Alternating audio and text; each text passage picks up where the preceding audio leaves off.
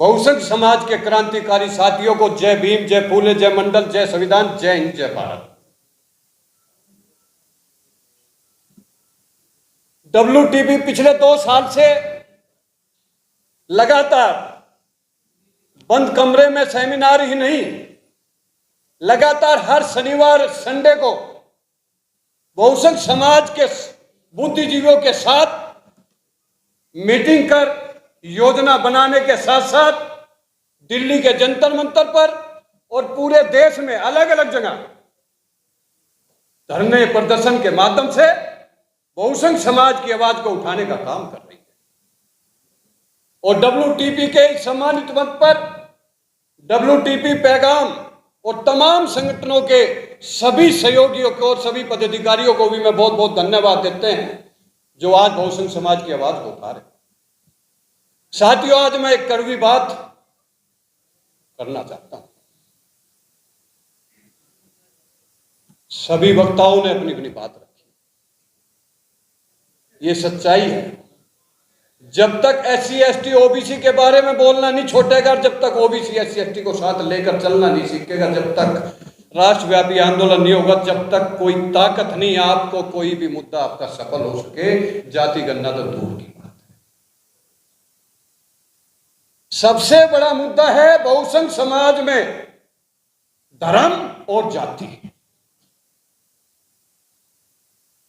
और धर्म और जाति जब से इस सृष्टि का निर्माण हुआ है और जब तक यह सृष्टि रहेगी, ना धर्म जाएगा ना जाति जाएगी। और हम सब लोग लगातार, हमारे नेता एक दूसरे की जाति पर कटाक्ष कर कर अपना समय व्यर्थ कर रहे हैं। अगर मैं यदुवंशी महासभा चलाता हूं और बहुसंघ समाज की आवाज को ईमानदारी से उठाता हूं और मैं किसी भी भगवान को मानता हूं और भगवानों का भी भगवान और कोई सबका बाप है, तो वो कर्म कर्म कर्म, और जो कर्म मानव करता है उसी चीज से उसकी पहचान होती है। आज हमारी जाति से नहीं, विजेंद्र यादव की कर्म करने से पहचान है। आज हम सब लोगों को किसी जाति पर कटाक्ष नहीं करना चाहिए। अगर आज मैं यादव समाज के नाते नहीं, मैं आज यहां बहुसंघ समाज के नाते आया। अभी पिछले वक्ता ने कहा कोई यादव कोई कुछ, मैं कहना चाहता हूं जिस दिन आप ये जाति और धर्म की बात छोड़कर और जो बहुसंघ समाज के साथ 5000 नहीं, इस आजादी के 75 साल से ही ले लो, जितना 75 साल के अंदर जो आपके हक अधिकार को छीना जा रहा है, जो दलित और पिछड़ों पर अत्याचार अन्याय हो रहा है, आज आपको न्यायपालिका, राजनीति और कार्यपालिका के अंदर आज आपकी जो हिस्सेदारी है वो होनी चाहिए कि जो 80 से 90%, आज वो 5% भी आपकी हिस्सेदारी नहीं है। और आप जाति और धर्म पर अटक रहे हो, और वो जाति और धर्म के नाम से ही आज श्री राम के नाम से 2 बार सत्ता में आ चुके हैं। अब उनका अगला निशाना भगवान श्री कृष्ण है। उन्होंने कहा अब राम के बाद मथुरा की बारी और मथुरा के बाद काशी की बारी है। अब लोग कहेंगे ये तो बहुत धार्मिक है। मैंने कहा ना, विजेंद्र यादव को धर्म से मत जोड़ो, विजेंद्र यादव के कर्मों से जोड़ो। अगर विजेंद्र यादव बहुसंघ समाज की आवाज को उठा रहा है, बाबा साहब के मिशन को, फूले के मिशन को, परियार के मिशन को लेकर चल रहा है, तो आप उसको देखिए, आप विजेंद्र यादव की जाति को मत देखिए। कल हमारे नेशनल दस्तक के शंभू जी बड़े जोश में कह रहे थे कि OBC ने नाश कर दिया।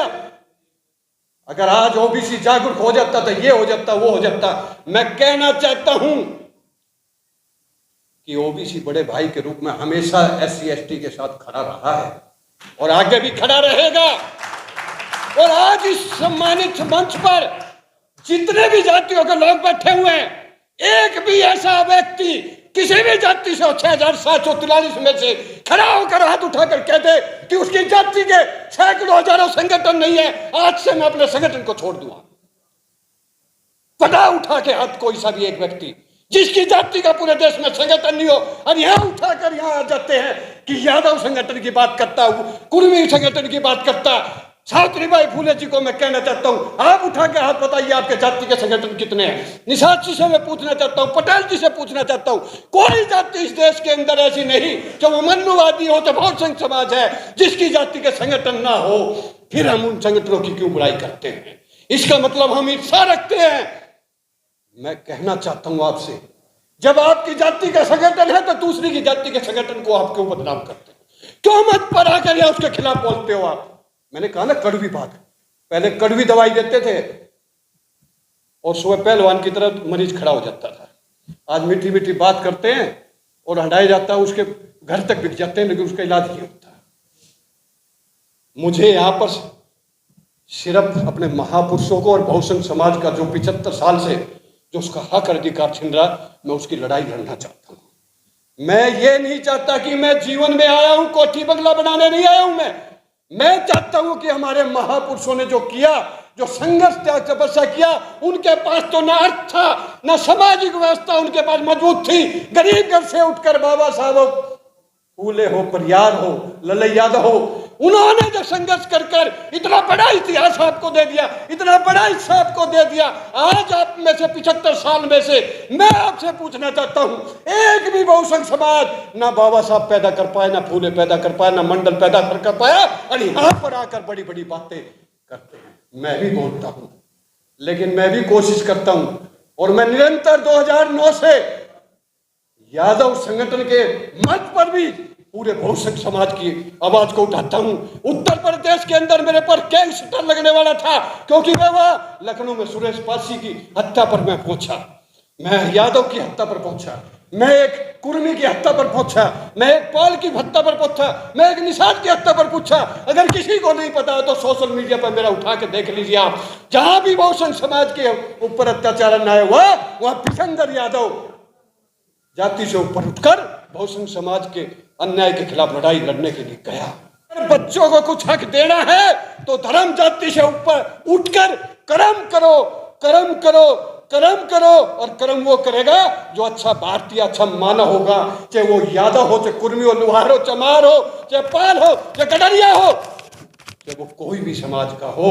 इसलिए जब हम धर्म में भी जाते हैं, कांवड़ में भी जाते हैं, सब में भी जाते हैं, तो फिर हम इस मंचों पर धर्म के खिलाफ क्यों बोलते हैं? तो इसलिए मैं कहना चाहता हूं आप सब लोगों से कि आप सब लोग जाति जनगणना कराना चाहते हो, बैलेट पेपर से चुनाव कराना चाहते हो, छोड़ दो कांग्रेस बीजेपी की बात और एक ऐसी पंचायत कर दो बहुसंघ समाज की, और जितने नेता, जितने एमएलए, उनको बुला लीजिए और उनको कह दीजिए यहां शपथ पत्र पर साइन कर दो। अगर इसी सत्र के अंदर जाति जनगणना की बात नहीं उठाई, बैलेट पेपर से चुनाव की बात नहीं की, तो समाज में आपका बहिष्कार कर देंगे। मैं दावे के साथ कहता हूं, अपने महापुरुषों के पसीनों पर चलते हुए, हमारे समाज के, बहुसंघ समाज के नेताओं को आपके आगे झुकना पड़ेगा। 272 के अंदर सरकार बनती है और 300 से ज्यादा तो बहुसंघ समाज के सांसद बैठे हुए हैं। क्यों नहीं एक बार अपने जमीर को जगाते? क्यों बार बार उनकी महापुरुषों की बात करते हैं? क्यों नहीं महापुरुष बनना चाहते? क्यों नहीं उनके पसीनों पर चलना चाहते? क्योंकि सबको वहां सुख मिल रहा है, वहां लाभ मिल रहा है। आपने कभी देखा किसी ने इस्तीफा दिया? हमारे लोग कहते हैं मन्नुवाद के, आज हमारे बहु समाज के नेताओं को आप उठा के देख लीजिए, उनके घर में गृह मंत्री सारे के सारे मन्नुवादी हैं। चाहे वो एससी का नेता हो, चाहे वो ओबीसी का नेता हो, चाहे वो किसी का भी नेता हो, एक तरफ तो बात करते इन्होंने हमारा हक छीन लिया और एक तरफ उन्हीं से रिश्ता रोटी बेटी का बनाए हुए। आप किस पर भरोसा करते हो? इसलिए परिवर्तन, परिवर्तन और कर्म जिस दिन आप करना शुरू कर दोगे, धर्म पर कटाक्ष करना, मैं बहन जी को भी बोलता हूं, आज मैंने कहा था कड़वी बात बोल रहा हूं, इस देश के अंदर सबसे ज्यादा धार्मिक बहुसंघ समाज के लोग हैं। और अगर आज हमारी संख्या एकजुट नहीं होती और कम संख्या रहती है, उसका यही कारण है कि यादव को कहते थे कृष्ण भगवान तो काल्पनिक थे, वो तो थे ही नहीं। यादव कहेगा ऐसे कैसे बोल रहा भाई, ऐसे कैसे बोल रहा भाई? मैंने कहा कृष्ण भगवान काल्पनिक थे, लेकिन उन्होंने कहा कर्म ही प्रधान, तो मैंने उसको पकड़ लिया, कर्म ही प्रधान। तो कृष्ण को छोड़ दो, उसके बताए हुए रास्ते पे चल दो। एक तरफ कहते हो बाबा साहब ने ये बताया, फूले ने ये बताया, उसका ध्यान है, लेकिन जिसके पीछे दुनिया पागलों की तरह लगी हुई है, उनमें भी अगर कोई अच्छाई थी उसको लेके चल दो। बुराई ये छोड़ दो। इसलिए मैं कहना चाहता हूं, जब इस देश के अंदर एक भी बहुसंख्य समाज की जाति का संगठन है या नहीं है, तो वही सिर्फ खड़ा होकर बोल सकता है कि बहुसंख्य समाज का संगठन जातियों का नहीं होना चाहिए। और जब हर 6,743 के संगठन है, तो फिर एक जाति के लोगों को क्यों संगठन वालों को करना? इसलिए मैं कहना चाहता हूं, अपने बहुसंख्य समाज के नेताओं को एक मंच पर लाओ। आज देश खतरे में, संविधान खतरे में है, आज देश की सारी सरकारी संस्थाएं देखी जा रही है, ऑटोमेटिक SC/ST OBC का आरक्षण खत्म हो जाएगा, आपके पास कुछ नहीं रहेगा। प्राइवेट सेक्टर में आरक्षण की मांग करोगे, उसमें भी नहीं मिलेगा। इसलिए मैं कहना चाहता हूं, हिंदू बनने से पहले एक अच्छा भारतीय बनो और कर्म करने वाला बनो, और कर्म करने वाले को ही महापुरुष कहा गया, संघर्ष करने वाले को महापुरुष कहा गया है। आपके तो महापुरुषों को भी उस समय उन्होंने नहीं छोड़ा, उनके साथ भी अत्याचार किया, लेकिन वो फिर भी निकले और उन्होंने एक इतिहास बनाया और आपको हक अधिकार दिलाया, जिसकी आप संविधान की बात करते हो। नई संसद बन रही है, नया अशोक स्तंभ लग गया है, उसको भी बदल दिया गया है। कोई कहता है अग्निपथ में जाति की बात होती है, मैं कहता हूं हिंदुस्तान जब से बना, जब से जाति चल रही है, आर्मी के अंदर सिख, जाट, गोरखा, मराठा, नागा, ये पहले से चल रही है। और जिस जाति की रेजिमेंट है उसी की 80% भर्ती होती है। 10 साल से मैं इस लड़ाई को लड़ रहा हूं। अगर किसी को नहीं कह रहा तो सुप्रीम कोर्ट के कागज भी आपको दिखा सकता हूं। आज महामहिम राष्ट्रपति के, कल भी मैंने बोला, सबसे बड़ा आरक्षण कहीं है तो महामहिम राष्ट्रपति की बॉडीगार्ड में, राष्ट्रपति को भी नहीं पता था पहले, अब सुप्रीम कोर्ट में केस डाला हमने तब पता चला, और हमने उस वैकेंसी के खिलाफ वैकेंसी भरी तो हमारे को कहा गया यादव इसमें अप्लाई नहीं कर सकता। आप भी जान लीजिए सर, उस कॉलम में SC/ST OBC नहीं होता, उसमें लिखा हुआ सिख, जाट और राजपूत। 75 वर्ष से राष्ट्रपति के साथ जो बॉडीगार्ड चलते हैं वो सिख और जाट, राजपूत। इससे बड़ा जातिवाद आरक्षण कभी देखा आपने? सिख, जाट और राजपूत। क्या वही बलवान है? क्या वही देशभक्त है? हम उनका सम्मान करते हैं, उनका भी योगदान है, लेकिन क्या दलित का बच्चा राष्ट्रपति का बॉडीगार्ड नहीं हो सकता? क्या यादव, कुर्मी, लोहार, चमार नहीं हो सकता? हो सकता है, लेकिन 75 साल से वही 3 जातियां बैठी और हमारे सांसदों को भी नहीं पता।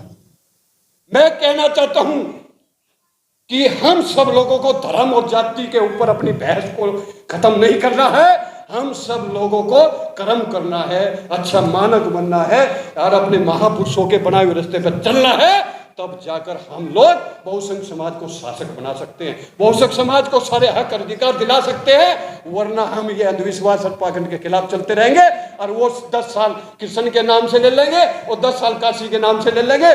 आपके जो है 1 अरब 10 करोड़ में से कम 1 लाख आदमी अंधविश्वास पाखंड के लिए खिलाफ बोलते रहेंगे।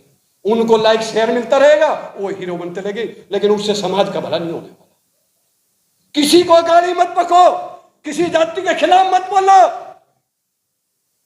सिर्फ जो आपके साथ अन्याय कर रहा है, जो आपके साथ हक अधिकार छीन रहा है, हमारे को मानव जीवन में उसके खिलाफ लड़ने की जरूरत है। और जो आपके हक की लड़ाई लड़ रहा है, किसी भी जाति का है, तो उसको सम्मान देना सीख लो।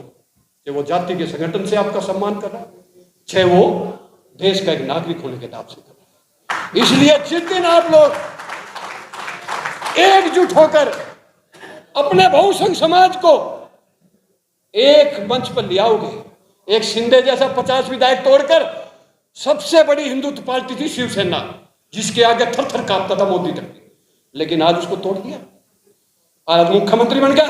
क्या हमारे 300 से ज्यादा सांसद गले में घंटी बांधना कहते गांव में, कहते यार मैं तो फंस जाऊंगा। और जिस दिन ये बहुसंख्य समाज के नेता को उनके लोग उनके क्षेत्र में नहीं बढ़ने देंगे, उनको वोट का बहिष्कार कर देंगे, छोड़ दो बीजेपी कांग्रेस को। हमारे लोगों ने हमें लूटा है, हमारे लोगों ने हमारी आवाज नहीं उठाई। अगर वो उठाते तो आज हमें मंच पे सेमिनार करने की जरूरत नहीं पड़ती, क्योंकि आपने पूरे हिस्सेदारी के साथ उस संसद में अपने लोगों को भेजा हुआ है। अब कोई ये कहे मुझे तो मोदी ने बनाया है, अरे तो मोदी को भी तो हमने बनाया है। मोदी कहां से आ गया, योगी कहां से आ गया? इसलिए मैं कहना चाहता हूं समय का अभाव है, बहुसंख्य समाज की संख्या ज्यादा है, समस्या भी ज्यादा है, लेकिन जिसकी संख्या ज्यादा होती है जरूरी नहीं कि वो लड़ाई जीत लेगा।